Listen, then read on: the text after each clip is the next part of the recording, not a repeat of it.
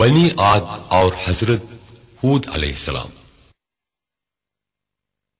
Oman کا ایک علاقہ شسر تھا جو تقریباً 7000 سال پہلے مٹی میں مل گیا تھا اور 1992 کی کدوائی میں برآمد ہوئے۔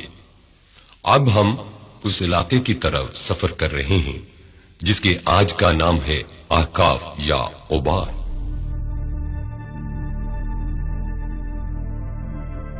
یہ ہے عمان کا شہر سلالہ۔ یہاں سے 172 کلومیٹر ریگستان سے سفر کرنے پر اوبار پہنچتے ہیں۔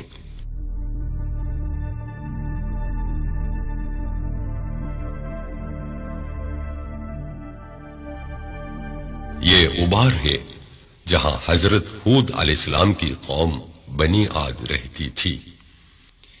یہ ان مکانوں کے کھنڈر ہیں جو ریتوں کے انبار نکالنے پر برآمد ہوئے۔ سورہ ہود میں خدا تعالی کہتا ہے، پیغمبر ہود علیہ السلام کے پیغامات کو مغرور قوم نے ٹکرا دیا۔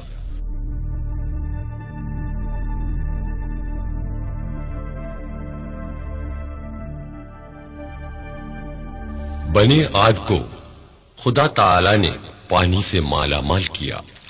یہ اس زمانے کا ایک کنواں ہے جس میں آج بھی پانی بھرا ہوا ہے۔ ان کے ستونوں کے یہ کھنڈر ہیں۔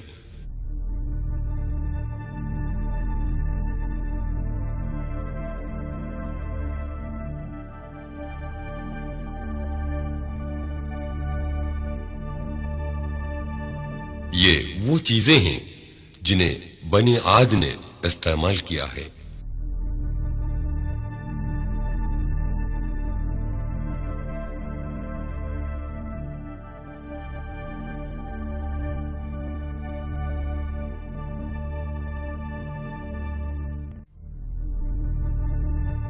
سکے جال جو پتھر سے بنائے گئے۔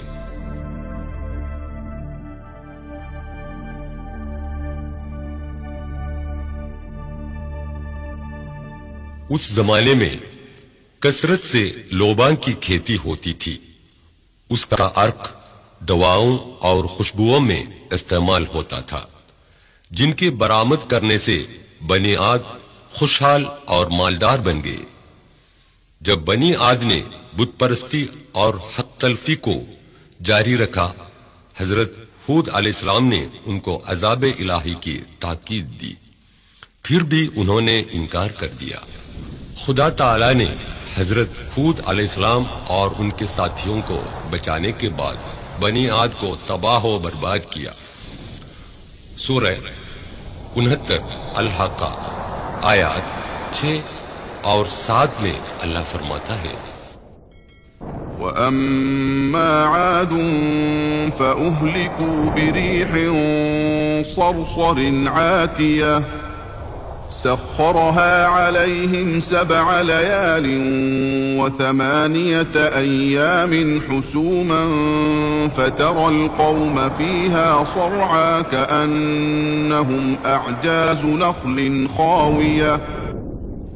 عاد قوم سخت ہوا سے ہلاک کی گئی جو ان پر 7 راتیں اور 8 دن برابر مسلط رہے۔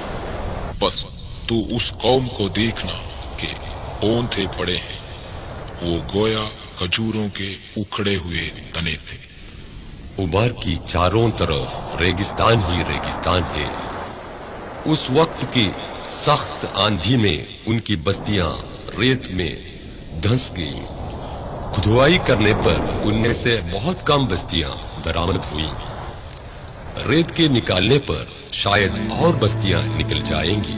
عیش و عشرت میں مست رہنے والے انسانوں تاریخ سے عبرت حاصل کریں گے۔